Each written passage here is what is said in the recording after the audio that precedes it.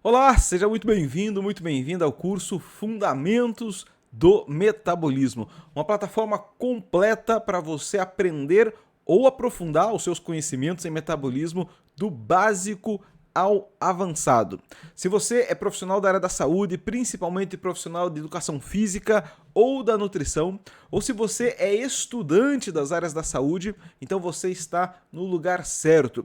Esse curso foi pensado para atender às necessidades de profissionais da área da saúde que precisam mergulhar no tema do metabolismo, que é o tema que, em geral, ajuda a responder mais de 90% das necessidades, das demandas dos clientes e dos pacientes que chegam até esses profissionais. Mas deixe-me apresentar primeiro, meu nome é Gleison Brito, eu sou professor universitário, exerço a profissão de professor universitário há 20 anos e sou graduado em Educação Física e também em Ciências Biológicas. Eu possuo mestrado e doutorado na área de Fisiologia e da Biologia Celular e Molecular, mestrado e doutorado nos quais eu trabalhei no tema do metabolismo. Metabolismo na obesidade, principalmente, metabolismo na síndrome metabólica, metabolismo e suplementação de ácidos graxos, metabolismo e atividade física. E ao longo desses 20 anos como professor universitário, eu comecei a observar que a maior parte das dificuldades que os meus estudantes traziam para mim a partir da sua experiência profissional, seja lá na academia, seja lá na clínica, em geral convergiam para o tema do metabolismo. Então, quando um indivíduo, por exemplo, chega para você com o objetivo de emagrecimento, ou com o objetivo de ganho de massa corporal, ou com o objetivo de hipertrofia, ou com dificuldades no que diz respeito à regulação da saciedade e da fome, todos esses assuntos têm um tópico em comum: metabolismo.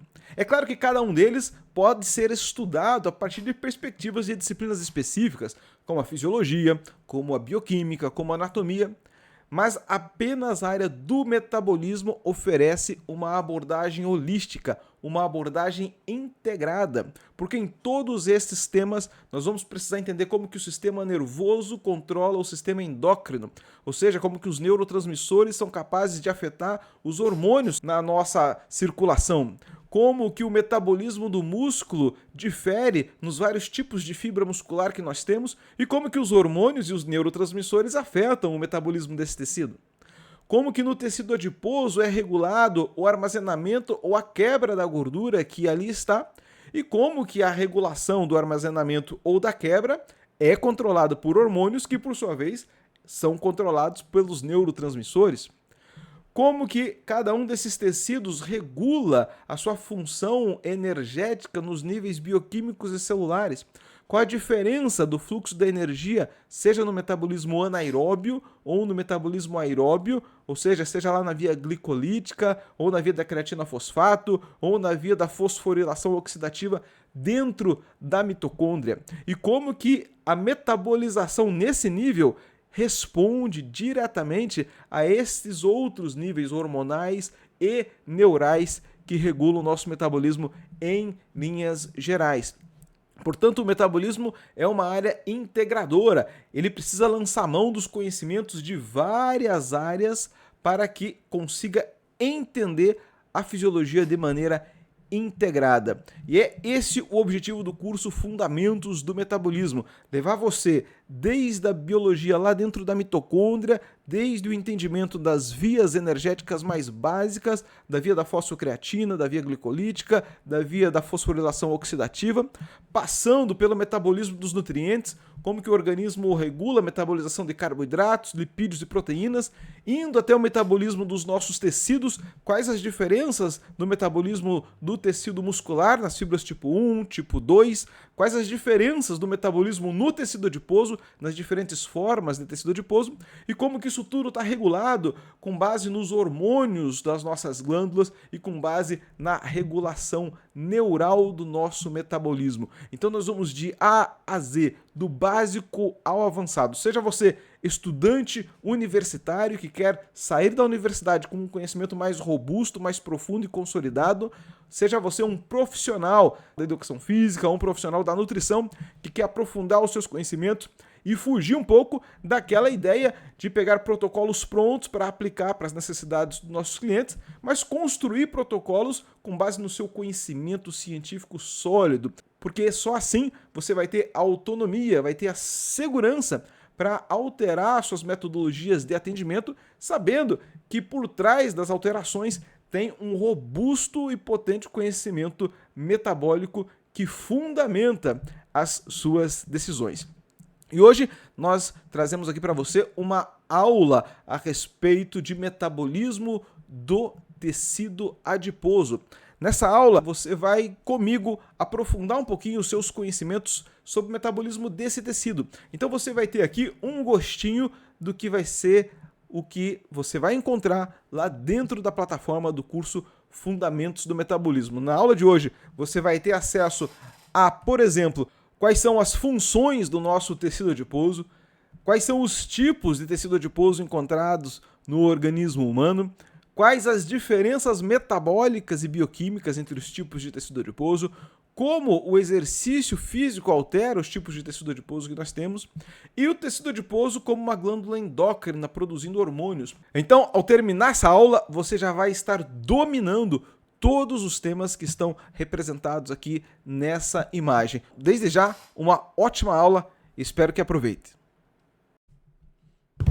Muito bem, pessoal, hora de conversar um pouquinho sobre metabolismo do tecido adiposo. Nesse módulo, nós vamos destrinchar um pouquinho o metabolismo desse importante tecido, que não é só um estoque de energia, um estoque de triglicerídeos, mas é também uma glândula endócrina. Isso mesmo, o tecido adiposo hoje ele é considerado uma glândula endócrina. Por quê? Porque ele produz hormônios, secreta hormônios na circulação, e esses hormônios têm efeitos sistêmicos, têm efeitos sobre todos os outros tecidos do organismo humano, e por isso o tecido adiposo é considerado como uma glândula. Dado o tamanho do tecido adiposo, ele é considerado a maior glândula endócrina do nosso organismo. Não no sentido histológico, embrionário do termo, mas no sentido fisiológico do termo. Para a fisiologia, uma glândula é um tecido que secreta moléculas na circulação e essas moléculas vão atuar em outros tecidos.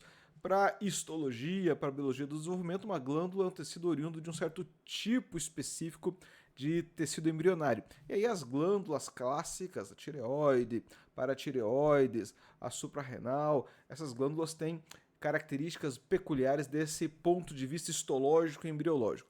Para a fisiologia, o fígado é uma glândula, o tecido adiposo é uma glândula, o próprio músculo esquelético também é uma glândula, porque secreta substâncias na circulação e essas substâncias têm efeitos sistêmicos no nosso corpo como um todo.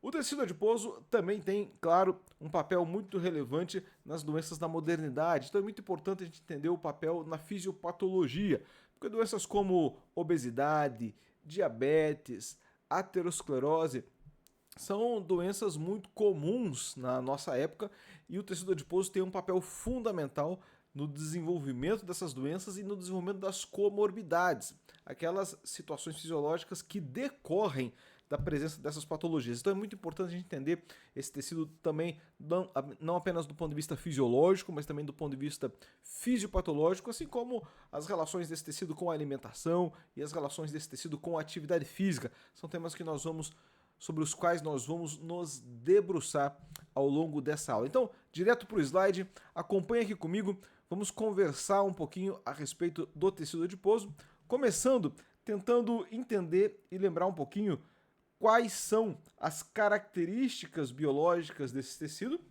e lembrar também que o tecido adiposo no nosso organismo, ele não aparece de uma única forma. Assim como nós não temos só um tipo de fibra muscular, nós também não temos apenas um tipo de tecido adiposo. O tecido adiposo mais clássico, mais conhecido, é o chamado tecido adiposo branco, que é o tecido adiposo amado pelos estudiosos e odiado por todas as outras pessoas, né? Brincadeiras à parte, é o tecido que está relacionado com a obesidade. Esse é o tecido que armazena triglicerídeos em maior quantidade no nosso corpo e é responsável pelo estoque na forma de tecido adiposo propriamente dito. É ele que causa as características morfológicas relacionadas à obesidade, porque é dentro dele que o excesso dos triglicerídeos que vem da dieta vão se acumular. Esse tecido ele tem funções que vão muito além da função de armazenamento de gordura, ele tem funções estéticas, por exemplo. O tecido adiposo ele é responsável por dar contornos corporais. Esses contornos corporais têm relação com a nossa percepção subjetiva, obviamente, do que é belo, do que é feio. E essa subjetividade tem também uma relação muito importante com os padrões culturais, não é verdade? Então, nós temos, por exemplo, certos padrões de cultura neste momento, no tempo, e nós temos certos padrões de cultura no espaço também. Em cada região do mundo em que nós possamos visitar e analisar isso, os padrões de beleza mudam. E o que é considerado mais bonito, mais agradável para as pessoas, muda também. Apesar desta variabilidade no tempo e no espaço, existem talvez questões muito profundas relacionadas à evolução da nossa espécie. Assuntos que nós vamos tratar mais na aula de metabolismo e evolução. Mas o tecido adiposo, como ele tem um papel muito importante em termos energéticos, talvez a percepção da presença de mais tecido adiposo tenha sido, ao longo da nossa evolução, um aspecto que pode ter influenciado o que a gente chama na evolução de seleção sexual. Ou seja, talvez as pessoas tivessem opção por pessoas com mais tecido adiposo, porque ele representou em algum momento da nossa história mais saúde. Que momento é esse? Nós estamos falando de evolução humana. Então, antes de inventarmos a indústria, antes de inventarmos a agricultura, quando ainda éramos caçadores, coletores. Mas isso a gente vai tratar um pouco mais na aula sobre evolução humana. Quem tiver curiosidade, dá uma olhada, por exemplo, na Vênus de Willendorf. Isso já traz alguns insights bem legais sobre esse assunto. Além da estética, o tecido adiposo tem função mecânica importante. Então, vários locais do nosso corpo, o tecido adiposo funciona como um amortecedor.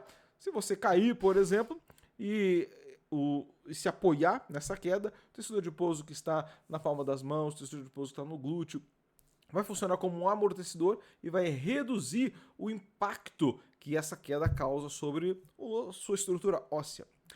Obviamente, o tecido adiposo tem função metabólica, ele metaboliza nutrientes, então ácidos graxos, proteínas, carboidratos são direcionados para esse tecido, e o tecido adiposo ele afeta o metabolismo de outros tecidos porque ele vira um estoque. Então, os ácidos graxos que ele armazena em algum momento podem ser liberados para a circulação e podem ser utilizados por tecidos periféricos do nosso organismo. Então, o papel endócrino, metabólico dele é muito relevante. E, finalmente, como já comentamos na abertura, o tecido adiposo tem função endócrina. A função endócrina do tecido adiposo está relacionada a esse fenômeno, que é o fato de que esse tecido secreta substâncias na circulação que ele mesmo fabricou e elas atuam em tecidos distantes, mudando a fisiologia, o metabolismo e a função desses tecidos distantes. Tudo isso que eu citei, pessoal, são características do tecido adiposo branco, que está representado aqui por essa imagem amarelinha. Mas ele não é o único tipo de tecido adiposo no nosso organismo. Nós temos, por exemplo, o tecido adiposo marrom, que também é tecido adiposo, portanto também é feito de adipócitos, que é o nome que nós damos para cada uma dessas células aí que compõem o tecido adiposo, e também estoca gordura. Porém, ele estoca gorduras numa quantidade muito menor e de um jeito um pouquinho diferente. Se vocês notarem no desenho, o tecido adiposo branco tem essa mancha aqui amarelinha mais escura. Isso aqui é para representar a gordura armazenada dentro dele. Os triglicerídeos ficam armazenados dentro do tecido adiposo branco numa grande gotona de lipídios. Enquanto que no tecido adiposo marrom, se vocês prestarem atenção, nós temos várias gotinhas pequenas. Então, essas gotas aqui são armazenadas de um jeito diferente, o que já muda bastante o metabolismo. Porque para as enzimas que quebram as gorduras, que fazem o que a gente chama de lipólise, é muito mais fácil acessar as gotículas do que acessar essa gotona grandona. Então nós também vamos encontrar na literatura uma nomenclatura para esse tecido adiposo marrom, dizendo que ele é um tecido multilocular, porque ele tem vários locos de gordura, enquanto esse aqui é um tecido unilocular, porque tem só um único locus grandão de gordura. Quais são as diferenças importantes aí entre o tecido adiposo marrom e o tecido adiposo branco? Algumas diferenças importantes.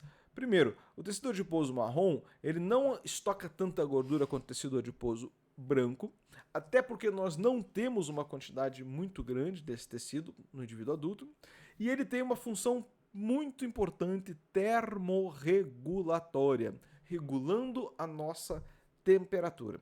Presta atenção aqui na imagem que eu representei esse tecido adiposo branco com 2 mitocôndrias e o tecido adiposo marrom aqui ó, com 6 mitocôndrias, para representar o quê? O fato de que o tecido adiposo marrom tem muitas mitocôndrias. Ele é um tecido, do ponto de vista metabólico, muito mais ativo do que o tecido adiposo branco. Então o tecido adiposo marrom tem mais mitocôndrias e é mais ativo. Inclusive, é por causa desse número aumentado de mitocôndrias que ele tem essa aparência marrom. Essas mitocôndrias dão ao tecido, quando se faz a análise histológica lá no microscópio, essa coloração, mas também quando você vê o tecido in natura, essa coloração mais puxada para a cor marrom. Curioso é que no indivíduo humano adulto nós já não temos uma quantidade significativa de tecido adiposo marrom. É um tecido que existe em maior quantidade quando nós somos bebês. Ali no bebezinho, ele tem um papel muito relevante para a termorregulação do bebê. Em função de questões biofísicas relacionadas ao tamanho do bebê e à área de superfície dele, o bebê perde muita temperatura para o ambiente, ele perde muito calor e ele tem uma grande dificuldade de termorregular. E o tecido adiposo marrom, como ele é termorregulatório, ele produz muito calor, nessa faixa etária ele é muito relevante para manter a temperatura corporal constante. Conforme nós vamos envelhecendo, esse tecido vai diminuindo, até que a gente tem quantidades muito pequenas no adulto, apesar de que ainda temos, e ele é metabolicamente ativo. Esse tecido adiposo marrom, por exemplo, ele é encontrado circulando vasos sanguíneos, o que tem relação com melhora da temperatura do próprio sangue, e em alguns outros órgãos do nosso organismo, onde ele parece ainda ter atividade voltada para essa questão da termorregulação. E esse processo ele se dá por questões bioquímicas, que tem a ver com o fluxo dos nutrientes no processo oxidativo, assunto que a gente estudou lá nas primeiras aulas, mas daqui a pouquinho eu vou detalhar um pouquinho para a gente entender um pouco melhor como é que esse tecido é termorregulatório. É basicamente porque ele produz muito calor. E existe ainda um terceiro tipo de tecido adiposo. Além do tecido adiposo branco e do tecido adiposo marrom, existe um tipo intermediário entre esses dois chamado de tecido adiposo bege, que também é um tecido com importante função termorregulatória, ele produz calor, mas que também tem funções endócrinas, é um tecido que secreta também na circulação hormônios importantes que regulam a fisiologia de órgãos periféricos mais distantes de onde ele foi produzido. Curioso é que o tecido adiposo marrom ele é um tipo de tecido adiposo intermediário. Ele nem tem tantas mitocôndrias quanto o marrom e nem tão poucas quanto o branco. Então esse tecido adiposo bege ele é um tecido com um fenótipo no meio termo. Ele tem um pouco mais de mitocôndrias que o branco, um pouco menos que o marrom. E é interessante também observar que se você ver aqui dentro, ele tem várias gotinhas de gordura. Não é tão cheio de locos de gordura quanto o marrom, mas ele é multilocular também, diferente do branco. Portanto, a capacidade de acessar essa gordura para as enzimas lipolíticas é mais fácil quando a gente compara o marrom com o branco. Outra questão interessante é a origem desse tecido. O tecido adiposo bege, ele é basicamente oriundo do tecido adiposo marrom. É uma transformação. Do tecido adiposo branco. O tecido adiposo bege é oriundo do branco. E é basicamente uma transformação do tecido adiposo branco. Alguns estímulos fazem com que o tecido adiposo branco seja convertido em tecido adiposo marrom. Que estímulos são esses? São principalmente estímulos hormonais. Os hormônios da tireoide, por exemplo, têm um papel fundamental aqui. Estímulos com temperatura, quando o indivíduo é exposto a temperaturas muito baixas durante um longo período de tempo. Essas temperaturas ativam as vias metabólicas de transformação desse tecido. E a atividade física. A atividade física é um potente indutor da transformação do tecido adiposo branco em tecido adiposo bege. Na literatura a gente vai encontrar um termo um pouco estranho que é begeação, ou seja, a transformação do tecido adiposo branco em tecido adiposo bege. Ou a gente vai encontrar também o termo derivado do inglês, que é browning, brown do marrom, e browning seria transformar em alguma coisa mais perto do marrom. Ele não chega a ser o marrom, mas é um intermediário. Então o exercício promove esse fenômeno de browning, que é transformar, não é produzir brownie, viu? Mas é transformar o tecido adiposo branco num tecido adiposo mais perto do marrom, que seria o tecido adiposo bege. E esse tecido adiposo bege, ele tem mais mitocôndrias, ele é multilocular e ele produz mais calor, é metabolicamente mais ativo do que o tecido adiposo branco. E esse fenômeno tem trazido à tona, claro, uma quantidade muito grande de pesquisas, porque talvez esta seja uma área que possa ter uma contribuição significativa para os processos de entender melhor a obesidade e de tratamento da obesidade. Algumas hipóteses aí dentro da ciência é a possibilidade de que aumentarmos a quantidade de tecido adiposo bege no indivíduo e com isso aumentarmos a capacidade desse indivíduo oxidar nutrientes, aumentar a taxa metabólica basal e talvez isso pudesse ser uma maneira de contribuir para o processo de emagrecimento. Como é que esse processo é regulado? Tanto o frio quanto o exercício afetam esse processo de browning ou de begeação por meio de hormônios. Hoje nós sabemos, por exemplo, que o músculo também funciona como um órgão endócrino, também funciona como uma glândula. Ele é capaz de produzir moléculas no seu interior, secretar na circulação e jogar essas substâncias na circulação de modo que elas podem acessar os órgãos periféricos e mudar o funcionamento desses órgãos ligando-se a receptores nesses órgãos. Então, por exemplo, existe uma molécula bem conhecida, já bastante estudada, que o músculo secreta durante o exercício, chamada irisina. Ela é um dos principais indutores desse processo de browning. O indivíduo está fazendo atividade física, está contraindo o músculo, a irisina é produzida no músculo, ela é lançada na circulação, ela chega no tecido adiposo branco, liga-se em receptores ali e induz mudanças no padrão de expressão gênica, ou seja, os genes e as proteínas que ele lê vão mudando gradativamente. Daqui a pouco ele está produzindo mais mitocôndrias, ele vai ficando mais marrom, porque tem mais mitocôndrias, vai ficando mais metabolicamente ativo. Então, em resumo, nós temos 3 tipos básicos de tecido adiposo: o tecido adiposo branco, o tecido adiposo bege e o tecido adiposo marrom. O tecido adiposo marrom, ele é um tecido adiposo mais metabolicamente ativo, produz mais calor. O tecido adiposo branco, do outro lado, tem uma atividade metabólica mais baixa e armazena gordura. O tecido adiposo bege é um tecido intermediário, está entre o marrom e o branco. É mais ativo metabolicamente e ele aparece no nosso corpo no meio do tecido adiposo branco ali, principalmente induzido por algumas situações. Por exemplo, atividade física e, por exemplo, o frio intenso, que, claro, faz todo sentido, né? É um tipo de estímulo que faz com que o nosso organismo ative as vias de regulação térmica para não deixar a temperatura baixar. Se a gente quiser detalhar um pouco mais, vamos mergulhar um pouco mais e tentar entender bioquimicamente por que o tecido adiposo marrom produz calor, nós precisaremos voltar um pouquinho no assunto que nós já vimos nas aulas anteriores, que é o funcionamento da mitocôndria. Eu vou até sair da tela aqui para você prestar bastante atenção nisso, porque é um mecanismo bioquímico um pouco mais complexo e é interessante que você entenda bem a lógica desse processo. Aqui tem uma mitocôndria representada. Então vamos lembrar que as mitocôndrias são organelas com bicamada lipídica. Então tem uma camada externa de lipídios, uma camada interna aqui de lipídios, então são 2 camadas, e aqui dentro está toda a bateria enzimática necessária para fazer o processamento dos nutrientes, oxidar esses nutrientes e produzir ATP. Aqui está representando o ciclo de Krebs, aqui está representando a cadeia de transporte de elétrons e aqui está representando a enzima ATP sintetase. Mas se vocês prestarem atenção, tem mais uma representação aqui, ó, uma enzima chamada UCP. A gente já vai entender qual que é o papel dela e por que ela é a grande responsável pela capacidade do tecido adiposo marrom produzir calor. Então vamos lembrar alguns detalhes. Quando, por exemplo, os ácidos graxos que nós ingerimos chegam na célula do tecido adiposo, ele pode ser absorvido e ele pode ser armazenado. Mas ele também pode ser levado para dentro da mitocôndria, passar pela beta-oxidação, virar acetil-CoA e passar a fazer girar o ciclo de Krebs. Aqui nós temos transportadores, né, que trazem de dentro do citoplasma para dentro da mitocôndria o ácido graxo.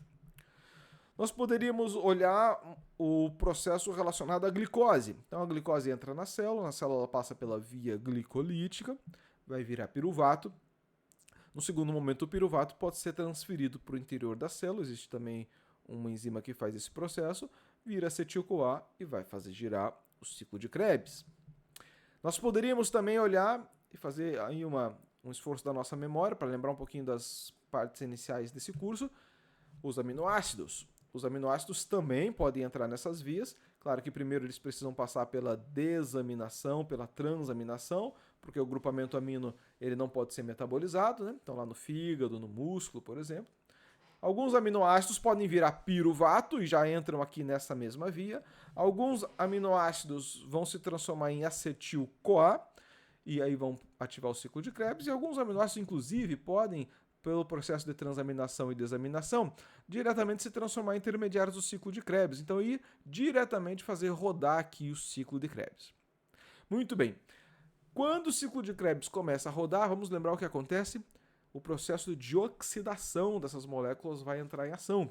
Então elas vão ser desmontadas e gradativamente os átomos de hidrogênio vão sendo retirados de dentro da molécula e vai ficar cheio de átomos de hidrogênio aqui no interior da mitocôndria. Qual é o destino desses átomos? Eles vão doar elétrons aqui para a cadeia de transporte de elétrons, de maneira que ela fique ativa, e ela vai começar a jogar os hidrogênios, esses prótons aqui, para o espaço intermembranoso, entre as duas membranas da mitocôndria. Esses hidrogênios que vieram da glicose, que vieram dos aminoácidos, que vieram dos ácidos graxos. E agora, aqui de cima, eles começam a se acumular e depois voltam para o interior da mitocôndria por dentro de uma enzima, a enzima ATP sintetase. Acontece, vamos lembrar, que conforme os hidrogênios passam por dentro dessa enzima, eles vão formando ATP. A passagem do hidrogênio é a força que leva à produção do ATP. Isso que é chamado de teoria quimiostática também, lá na química. Essa é a teoria que explica a produção de ATP por um mecanismo que parece um pouco o mecanismo de funcionamento de uma represa, né? Represa a água em cima e depois deixa a água descer, passando pelas turbinas, gerando energia. Para onde vai esse hidrogênio? Esse hidrogênio, num segundo momento, reage com átomos de oxigênio que ele encontra aqui formando água, e esse é o processo que finaliza a oxidação dos nutrientes. Então, ácido graxo, glicose e aminoácidos, quando eles se transformarem em água e dióxido de carbono, que foi sendo produzido ao longo do processo, então nós temos a finalização da oxidação desses nutrientes. Agora, notem bem, lembram que nós temos aqui na mitocôndria do tecido adiposo marrom uma enzima diferente, essa amarelinha aqui. Ela não vai estar presente em quantidades significativas lá no músculo, não vai estar presente em quantidades significativas no tecido adiposo branco. Então, tudo que nós falamos até aqui é igual para toda a mitocôndria. É essa daqui, esta enzima, que vai ser diferente para o tecido adiposo marrom. O que significa essa sigla UCP? Ela vem do inglês é Uncoupling Protein, ou em português seria proteína desacopladora. Em geral aparece como proteína desacopladora mitocondrial. De onde vem esse termo? Parece um termo complexo, mas na verdade é simples. Veja aqui, ó, o fluxo de hidrogênios é lançado para fora e volta para a mitocôndria. Então, a gente diz que o fluxo de hidrogênios ele está acoplado à produção de ATP, porque ele passa e volta, e nessa volta o ATP é produzido. Então, o fluxo dos hidrogênios está acoplado à produção de ATP. O que essa enzima faz? Ela desacopla esse fluxo. Por quê? Porque estando presente aqui, ela também funciona como um canal, como uma passagem para os hidrogênios. E os hidrogênios passando por dentro dela, não ocorre produção de ATP, porque ela não é uma sintetizadora de ATP. Se os hidrogênios passam por dentro dela, o que acontece? Ocorre produção de calor ao invés de produção de ATP.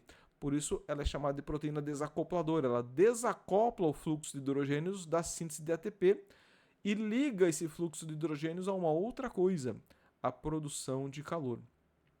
Nada mais é do que uma transformação de energia, pessoal. Lembre que energia a gente não esgota, energia a gente só transforma. Então, a energia química aqui da glicose, dos aminoácidos e dos ácidos graxos, numa situação normal, está sendo convertida num outro tipo de energia química, sendo transformada em ATP. Lá no músculo, a gente poderia pegar a energia química da glicose, dos aminoácidos, dos ácidos graxos, e transformar em energia mecânica, por exemplo, quando faz a contração. Mas nós também podemos levar parte dessa energia a ser transformada em energia térmica, que é o calor. E essa energia térmica vai ser perdida para o ambiente. Na verdade, nosso corpo está sempre produzindo calor a partir do metabolismo. Em geral, a gente só consegue usar aí mesmo perto de 70, 64, 65, 66% da energia. Ou melhor, ao contrário, a gente transforma 70%, 65% da energia oriunda dos nutrientes em calor. E a gente só consegue mesmo converter em ATP em torno de 30%, 35% dessa energia. Então a maior parte da energia já vira calor. O que acontece aqui na mitocôndria do tecido adiposo marrom é que aumenta ainda mais e a grande maioria da energia vai virar calor.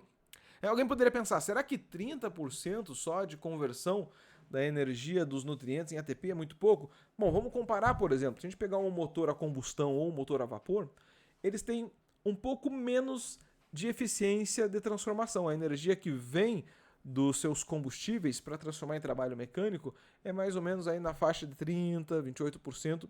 Portanto, nosso corpo é sim muito eficiente em transformar a energia do alimento em uma energia utilizável pelo organismo de maneira significativa. Então, em resumo, 3 tipos de tecido adiposo branco, tecido adiposo marrom e tecido adiposo bege. O tecido adiposo bege é um intermediário, portanto, conforme ele vai aumentando, ele vai também tendo mais mitocôndrias, vai tendo mais UCPs e vai aumentando a capacidade do nosso corpo gastar energia. Olha que interessante, hein? Quando você faz atividade física, o teu metabolismo basal pode ficar mais alto. Não só porque você tem mais músculo, mas porque você também tem um tipo de tecido adiposo diferente aparecendo e promovendo um gasto energético aumentado. E aí, gostou dessa aula do curso Fundamentos do Metabolismo? Gostou da estrutura da aula? Gostou dos slides? Gostou do conteúdo? Gostou da didática? Pois é, esse é só um gostinho do que você vai encontrar dentro da plataforma do curso. Lá no curso Fundamentos do Metabolismo, você vai do básico ao avançado, vai aprofundar os seus conhecimentos ou vai aprender metabolismo para fazer uso desse conhecimento no dia a dia, na sua atividade profissional. Vem comigo que eu vou te mostrar um pouquinho como que é dentro da plataforma do curso. Quem tem acesso à plataforma do curso Fundamentos do Metabolismo, então vai ter acesso a essa área aqui, que é a área do estudante, onde você vai encontrar os vários módulos que compõem esse curso. Então, passando o mouse aqui em cima, ele faz a seleção do módulo, e se você quiser entrar naquele módulo, você pode acessá-lo para assistir. Por exemplo, vamos entrar aqui no módulo de metabolismo do tecido adiposo. Se eu entrar aqui nesse módulo, eu vou ver as aulas que compõem este módulo. Aqui na lateral esquerda eu posso ver a aula 1, aula 2, aula 3, aula 4, aula 5, aula 6 do módulo metabolismo do tecido adiposo, cujo módulo, uma aula, vocês acabaram de assistir. Aqui eu posso avançar, retroceder, tenho todos os controles de vídeo. Aqui a ferramenta, ela possui uma área para anotações, então se tiver um assunto que eu queira anotar um tema mais específico para eu me lembrar depois, voltar para os meus estudos, eu posso fazê-lo nessa área. Só você tem acesso a essas anotações. Aqui você pode avaliar a aula de 1 até 5 estrelas, marcar como concluído. Quem conclui todo o curso ao final recebe um certificado da própria plataforma. E aqui ainda tem um local para fazer comentários. Se quiser deixar perguntas, eu vou responder as perguntas aqui dentro da plataforma diretamente para você. Voltando aqui na parte inicial da plataforma, além dos módulos, que são 10, nós temos o módulo Energia, Calorias e Oxidação, o módulo Enzimas e Vias Metabólicas, o módulo Mitocôndria e Vias Energéticas, o módulo Metabolismo de Lipídios, o módulo Metabolismo de Proteínas, o módulo Metabolismo de Carboidratos, Metabolismo do Tecido Adiposo, Metabolismo do Músculo, Regulação Neuroendócrina do Metabolismo e o módulo Evolução Humana e Metabolismo. Além disso, vocês vão encontrar também aqui um módulo que traz um e-book. Esse e-book, clicando, você pode fazer o download do e-book.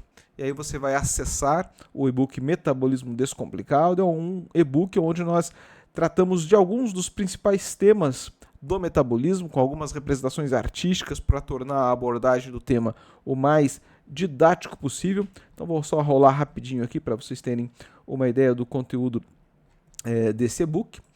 Nós temos ainda aqui um link onde você pode acessar todos os slides do curso. Ao final serão mais de 200 slides disponibilizados aqui. E também temos aqui um módulo onde você pode acessar as artes do nosso Instagram. Quem não nos segue ainda, procura lá, @Fundamentos do Metabolismo, e você vai ver o tipo de artes que nós utilizamos lá para fazer um pouquinho de divulgação científica na área do metabolismo. Então aqui uma espiadinha da plataforma do curso Fundamentos do Metabolismo por dentro. Se você gostou desta aula, se você gostou do conteúdo, se você se interessou por essa plataforma, roda a página aqui para baixo que você vai conhecer os detalhes na minúcia a respeito desse curso. Eu espero te encontrar do outro lado no universo metabólico. Até breve!